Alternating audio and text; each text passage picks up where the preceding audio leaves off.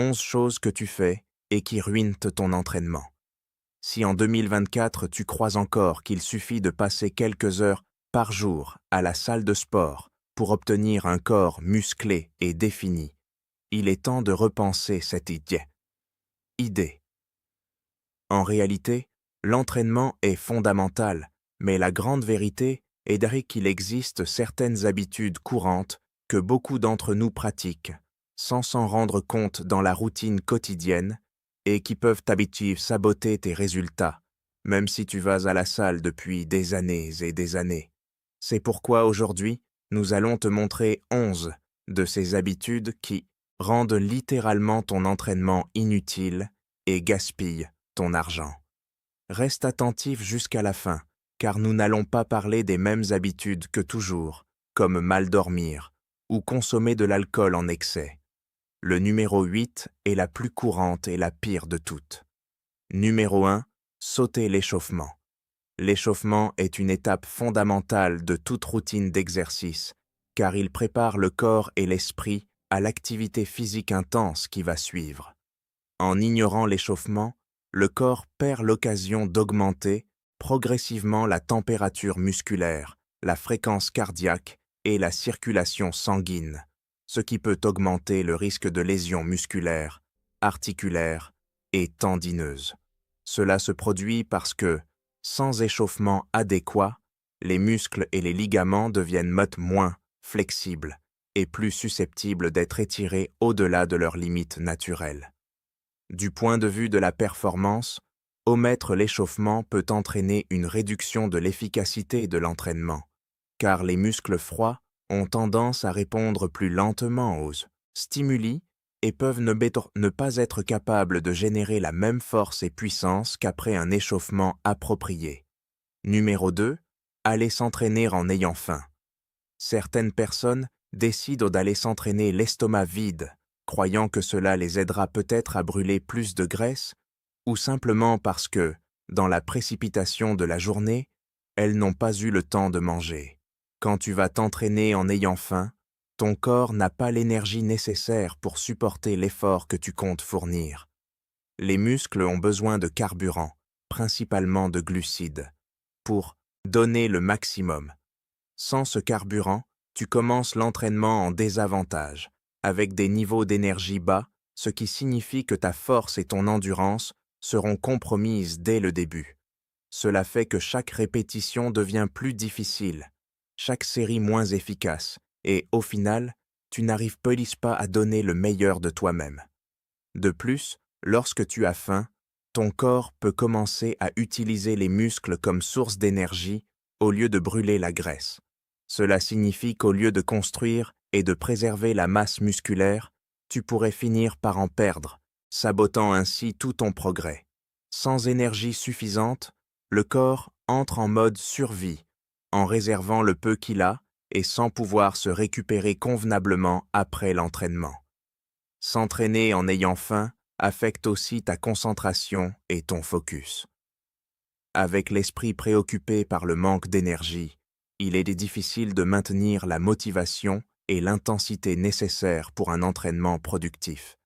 Il se peut que tu commences fort, mais rapidement tu te sentiras fatigué, déconcentré et peu disposé à continuer, ce qui compromet l'efficacité de chaque exercice. Numéro 3. Passer de longues périodes assis. Aujourd'hui, il est normal que nous passions beaucoup de temps assis, que ce soit en travaillant, en regardant la télévision ou en utilisant le téléphone portable. Au début, cela semble anodin. Après tout, nous avons tous besoin de nous reposer à un moment donné.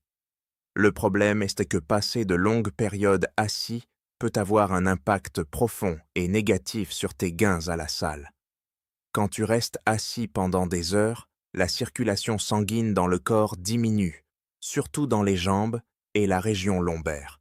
Cela signifie que moins de sang, et donc moins d'oxygène et de nutriments, arrivent aux muscles, qui commencent à devenir raides et moins préparés à l'effort physique. Cette raideur ne nuit pas seulement à ta mobilité pendant l'entraînement, mais peut aussi augmenter le risque de blessure, car les muscles ne sont pas prêts à être étirés et contractés de manière idéale. Une étude réelle publiée dans l'American Journal of Preventive Medicine a analysé les effets du temps passé assis chez plus de 10 000 adultes. Les chercheurs ont découvert que ceux qui passaient plus de 8 heures par jour assis avaient une réduction significative des gains de force et de masse musculaire, même s'ils faisaient régulièrement de l'exercice. Les chiffres ne mentent pas. L'étude a montré que ces personnes avaient 50% de probabilité en plus de développer une perte de masse musculaire par rapport à celles qui bougeaient davantage au cours de la journée. Cela signifie que, peu importe combien tu te donnes à la salle, si tu passes le reste de la journée assis, tu diminues les bénéfices de tes efforts. Par conséquent, la clé c'est de rester actif tout au long de la journée, même avec de petits mouvements. Lève-toi, marche, étire-toi, fais ce qu'il faut pour maintenir une bonne circulation et garder les muscles prêts à travailler. Numéro 4. Exagérer avec le cardio. Lorsque tu passes trop de temps sur le tapis de course, sur le vélo ou à faire tout autre type d'exercice cardiovasculaire, le corps commence à entrer dans un état de catabolisme, c'est-à-dire qu'il commence à brûler du muscle au lieu de la graisse pour obtenir de l'énergie. C'est l'opposé de ce que tu veux lorsque tu essaies de gagner de la masse musculaire. De plus, l'excès de cardio peut épuiser tes réserves d'énergie, te laissant sans disposition pour affronter l'entraînement de force avec l'intensité nécessaire. Imagine entrer dans la salle de musculation déjà fatigué, sans cette étincelle pour soulever des charges lourdes ou faire cette dernière série qui fait vraiment la différence. Le corps a besoin d'un équilibre. Le cardio est important, oui, pour la santé cardiovasculaire, pour aider à brûler la graisse et améliorer l'endurance. Mais lorsqu'il est fait en excès, il commence à entrer en compétition avec l'entraînement de force, nuisant à la prise de masse musculaire et rendant plus difficile l'atteinte de ce physique fort et défini que tu désires tant. Pense-y comme si le corps avait une limite d'énergie disponible par jour. Si tu dépenses toute cette énergie dans le cardio, il n'en y reste pas suffisamment pour l'entraînement de force, qui est crucial pour la croissance musculaire. Numéro 5. Sauter les entraînements que tu n'aimes pas. Il est assez courant d'entendre des hommes dire qu'ils ont décidé de sauter l'entraînement des jambes pendant la semaine. Après tout, qui apprécie vraiment la sensation de nausée ou l'impression qu'il va s'évanouir pendant un entraînement aussi intense? Il semble plus pratique de se concentrer sur les groupes musculaires plus agréables à travailler, comme la poitrine ou les bras, où les résultats se manifestent de façon plus rapide et visible, attirant davantage l'attention. Mais ce que tu ne réalises peut-être pas, c'est qu'en négligeant des entraînements comme celui des jambes, tu sabotes non seulement le développement de ton corps, mais aussi ta santé en général. Lorsque tu cesses d'entraîner des groupes musculaires importants comme les jambes, tu crées des déséquilibres qui peuvent affecter tout ton corps. Qu'est-ce que cela signifie? Imagine un immeuble en construction, mais dont les fondations sont laissées de côté. Finalement, toute la structure commence à céder. De la même manière, lorsque tu évites les entraînements que tu n'aimes pas, tu affaiblis la base de ton corps. Les jambes sont la base de ton corps. Ce sont elles qui supportent tout ton poids, qui te permettent de marcher, de courir et de faire pratiquement n'importe quel mouvement. Ignorer l'entraînement des jambes ou de tout autre groupe musculaire important, c'est comme construire un corps avec une base fragile. Cela n'augmente pas seulement le risque de blessure, mais t'empêche aussi d'atteindre ton véritable potentiel. Une autre raison, savais-tu que l'entraînement des jambes, même s'il peut être épuisant, est l'un des entraînements qui stimule le plus la production de testostérone? Autrement dit, en sautant cet entraînement des jambes que tu évites tant, tu cesses de donner à ton corps le stimulus nécessaire pour produire plus de testostérone. Lorsque tu entraînes les jambes, les exercices composés comme les squats et le soulevé de terre activent dans de grands groupes musculaires en même temps, déclenchant une puissante réponse hormonale. Cela renforce non seulement les jambes, mais contribue aussi au développement d'autres zones du corps. Numéro 6. Manque de repos adéquat entre les séries. Imagine que tu es à la salle, concentré, focalisé sur chaque répétition, sentant tes muscles brûler à chaque effort. Tu termines la série et l'horloge dans ta tête commence à compter. 30 secondes, 40 secondes, 1 minute. Et alors, cette anxiété commence et tu veux déjà revenir à la charge, croyant que moins tu te reposes, plus vite tu atteindras tes objectifs. La vérité est que lorsque tu donnes à ton corps moins d'1 minute de repos entre les séries, cela peut sembler que tu fais du bon travail parce que tu sens le muscle brûler. Cependant, cette sensation de brûlure n'est pas synonyme d'hypertrophie. En réalité, ce que tu fais, c'est surcharger le muscle avant qu'il ait eu le temps de se récupérer complètement. Cela signifie que, dans la série suivante, tu ne pourras pas soulever autant de poids ou faire autant de répétitions que tu le pourrais si tu avais laissé aux muscles plus de temps pour récupérer. Et c'est précisément ce repos adéquat qui permet aux muscles de reconstituer ses réserves d'énergie et d'être prêts à être de nouveau défiés.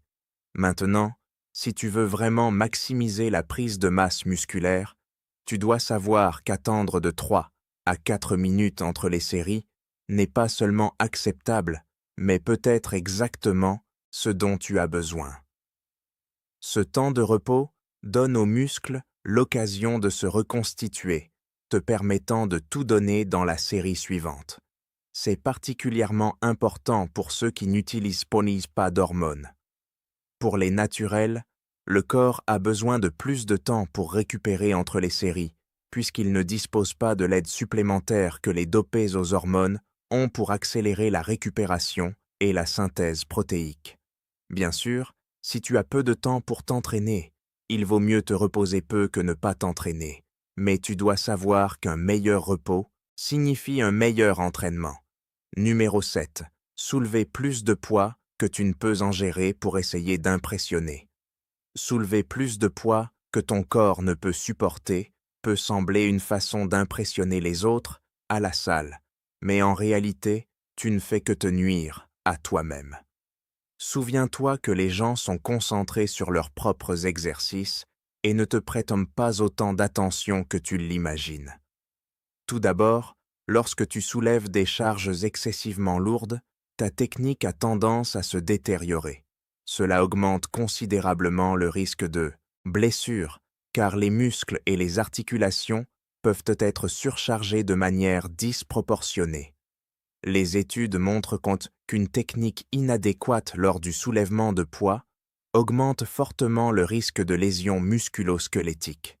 De plus, soulever des poids trop lourds peut surcharger le système nerveux central et provoquer une fatigue extrême. Les muscles ont besoin de temps pour s'adapter et croître en réponse au stimulus de l'entraînement de résistance.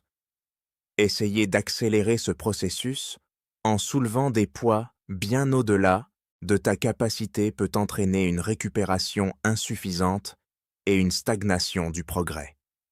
Un autre point important est que soulever plus de poids que tu ne peux contrôler peut affecter négativement ta confiance et ta motivation. Si tu te blesses en conséquence, il est probable que tu commences à avoir peur de continuer à t'entraîner. Numéro 8. Ne pas calculer les macronutriments. Les athlètes, ceux qui atteignent réellement leurs objectifs, savent que la nutrition est aussi importante que l'entraînement lui-même. Ils pèsent chaque aliment qu'ils mettent dans leur assiette, non pas par obsession, mais parce qu'ils comprennent que chaque gramme compte. Quand tu pèses ta nourriture, tu sais exactement combien de calories, de protéines, de glucides et de graisses tu consommes. C'est crucial, car chacun de ces macronutriments joue un rôle spécifique dans ton corps. Les protéines aident à la réparation et à la croissance musculaire, Les glucides fournissent l'énergie nécessaire pour les entraînements et les activités quotidiennes, et les graisses sont essentielles au fonctionnement hormonal et à l'absorption de certaines vitamines. Sans connaître la quantité exacte que tu ingères de chacun, tu joues en gros avec la chance, sans avoir la certitude de nourrir ton corps correctement pour atteindre tes objectifs. Imagine maintenant le scénario suivant.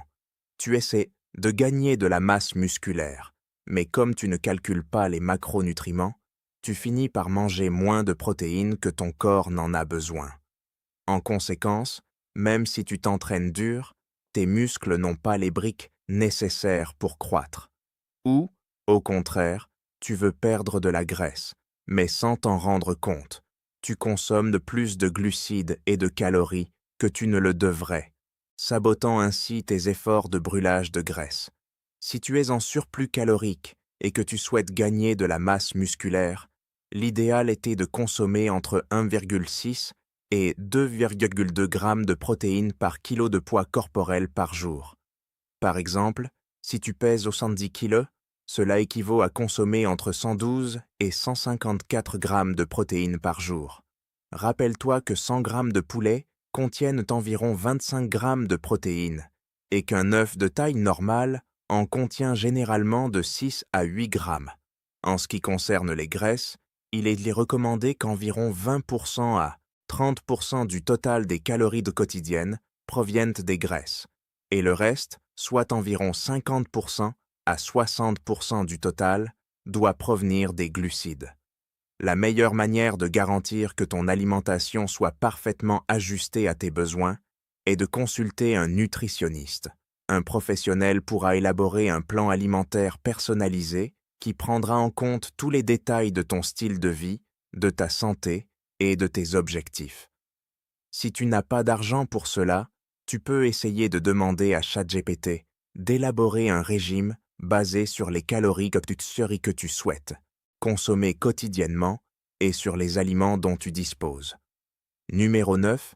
Environnement d'entraînement inadéquat. Il ne fait aucun doute qu'il était démotivant d'entrer dans la salle avec l'intention de faire un entraînement intense et de se retrouver dans un environnement qui ne favorise pas ton progrès. Les appareils sont usés ou mal entretenus. Les coachs semblent désintéressés ou peu préparés. L'espace est tellement rempli que tu dois attendre longtemps pour utiliser une machine où tu es obligé de partager constamment. Et l'ambiance est pleine de distractions qui détournent ton attention. Tout cela peut transformer ce qui devrait être un entraînement en une expérience frustrante et peu productive. Un environnement calme et organisé, dans lequel tu peux te concentrer complètement, est fondamental pour maximiser les résultats. Lorsque tu es concentré, chaque série compte, chaque répétition a un objectif, et ton progrès devient une question de temps et d'efforts bien dirigés. Numéro 10. Volume d'entraînement excessif. Même si cela peut sembler logique, s'entraîner davantage ne signifie pas toujours obtenir plus de résultats. Beaucoup de personnes commencent à ajouter de plus en plus d'exercices à leur routine, augmentant le volume d'entraînement, en croyant que cette approche accélérera leur progrès. Cependant, lorsque tu exagères le nombre d'exercices et le volume d'entraînement, ton corps commence à souffrir de l'excès de stress sans avoir le temps adéquat pour récupérer. L'entraînement de force est par nature un processus d'usure et de construction. Tu uses les muscles pendant l'entraînement et, avec le repos et la nutrition, ils se réparent et se renforcent. Si tu ne donnes pas ce temps de récupération, les muscles ne peuvent pas se reconstruire correctement et tu entres dans un cycle de surentraînement où la fatigue s'accumule, les performances diminuent et les gains que tu espères n'arrivent tout simplement pas. De plus, l'excès de volume peut entraîner une diminution de l'intensité de chaque exercice. En essayant de faire trop d'exercices, tu ne peux pas investir l'énergie nécessaire dans chacun d'eux, ce qui signifie que le stimulus pour la croissance musculaire devient moins efficace. Au final, tu passes plus de temps à la salle sans voir le retour qui justifie cet effort, gaspillant ton temps précieux et ton argent.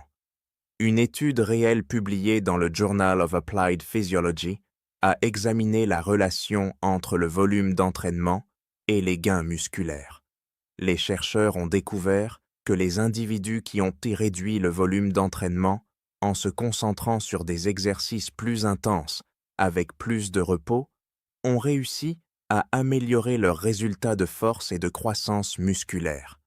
L'étude a montré qu'en réduisant le volume d'entraînement de 30% et en augmentant l'attention portée à l'intensité et à la récupération, les participants ont connu une augmentation de la force musculaire pouvant atteindre 18% par rapport à ceux qui ont continué avec des volumes d'entraînement plus élevés. Ces données montrent donc clairement que s'entraîner plus ne signifie pas s'entraîner mieux. Numéro 11. Ne pas boire suffisamment d'eau pendant l'entraînement. À mesure que tu fournis des efforts, ton corps perd de l'eau et, si tu ne compenses pas cette perte, tu mets en danger tout le progrès que tu pourrais atteindre. L'eau n'est pas juste un détail, c'est le carburant essentiel pour le bon fonctionnement du corps pendant l'entraînement. Lorsque tu ne te hydrates pas correctement, tes performances diminuent, tes muscles ne reçoivent pas les nutriments nécessaires et ta capacité à te récupérer et à croître est gravement affectée.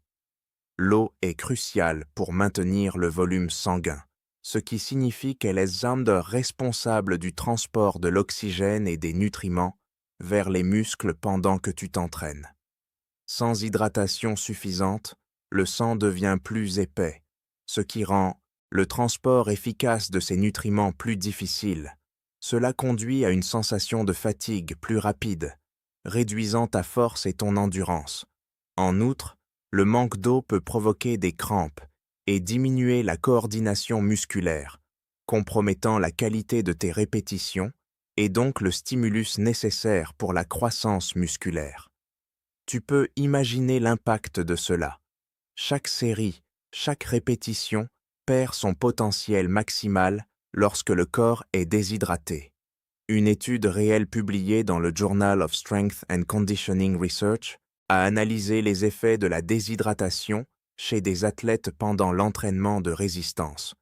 Les résultats ont montré qu'une perte de seulement 2% du poids corporel en eau suffisait à provoquer une baisse significative de la force musculaire, réduisant jusqu'à 19% la capacité à réaliser des exercices comme le développé couché et les squats. Cela signifie que, sans hydratation adéquate, même si tu donnes le meilleur de toi-même, ton corps ne peut tout simplement pas répondre au niveau nécessaire, et les gains que tu pourrais obtenir sont compromis. Pour cette raison, il est extrêmement important de ne jamais oublier ta bouteille d'eau pour t'entraîner.